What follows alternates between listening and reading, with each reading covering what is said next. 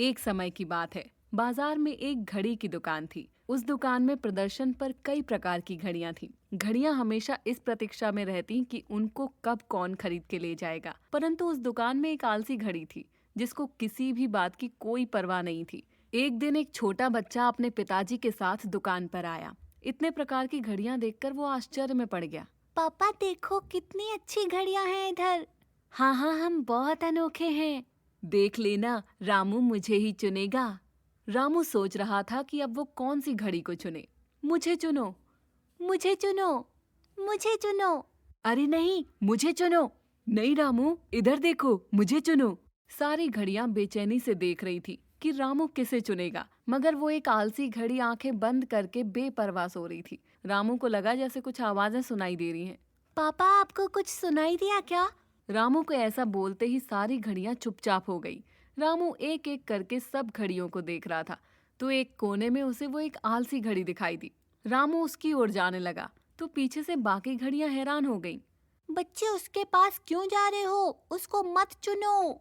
हाँ, वो बहुत चिड़चिड़ा है। हमें चुनो, हम चुपचाप से तुम्हें समय बताएंगे। जैसे ही रामू उस घड़ी के पास गया तो घड़ी ने अपनी आंखों को टेढ़ा कर लिया ताकि रामू उसको ना चुने। प्रार्थना करने लगा कि रामू उसे खरीद ना ले। ए भगवान, यहाँ बहुत शांति है, यहाँ मैं आराम से रह सकता हूँ। कुछ तो करो भगवान। परंतु रामू को यही घड़ी पसंद आई। अरे पापा जी, अपने बेटे को मना कर दो ऐसी आलसी घड़ी लेने को। अच्छा, तो आखिर में तुमने इसी को चुना। देखते हैं कब तक रह पाओगे तुम इसके साथ।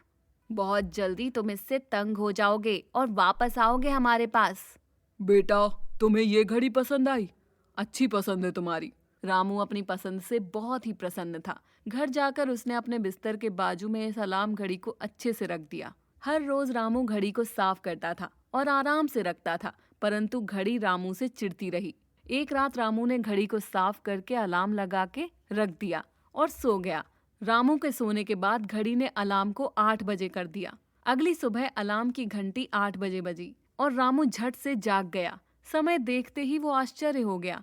मैंने तो 7 बजे का अलार्म लगाया था और 1 घंटे देर से कैसे बजा इसमें? गलती से हो गया होगा।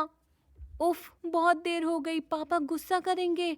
रामू जल्दी जल्दी तैयार हुआ और स्कूल के लिए निकल पड़ा। उस रात फिर से रामू ने 7 बजे का अलार्म लगाया और सोने चला गया। अब मैं कल समय पे जाऊंगा। घड़ी ने रामू को गहरी नींद में जाने तक इंतजार किया और फिर धीरे से अलार्म 8 बजे पे बदल दिया। अगली सुबह रामू फिर से जागा और हैरान रह गया। पीछे से रामू के पापा उसे पुकार रहे थे क्योंकि स्कूल के लिए देर हो चुकी थी। रामू ने सोचा आज सच में पता करके रहूंगा कि ये क्या हो रहा है। उस रात रामू ने फिर से अलार्म 7 बजे का लगाया और बिस्तर पर लेट गया।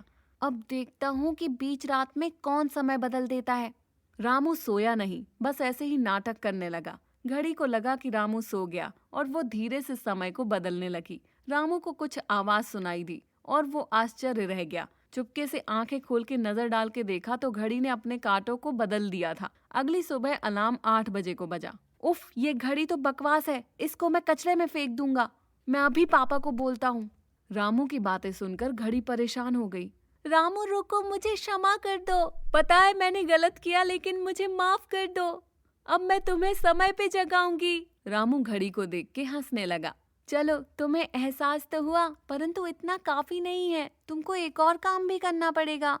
मैं कुछ भी करूंगी, बोलो। तुम्हें मेरा बॉस बन के रहना पड़ेगा। अलार्म घड़ी ने मुस्कुराते हुए हाँ में हाँ मिलाई। आज से तुम्हारा नाम टिकटॉक होगा और हम दोनों पक्के दोस्त बने रहेंगे। उस दिन हर रोज घड़ी समय पर उठती। दोनों ने साथ में अच्छा समय बिताया। साथ साथ पढ़े लिखे, हंसे और सोए। खुशी से दिन गुजरा।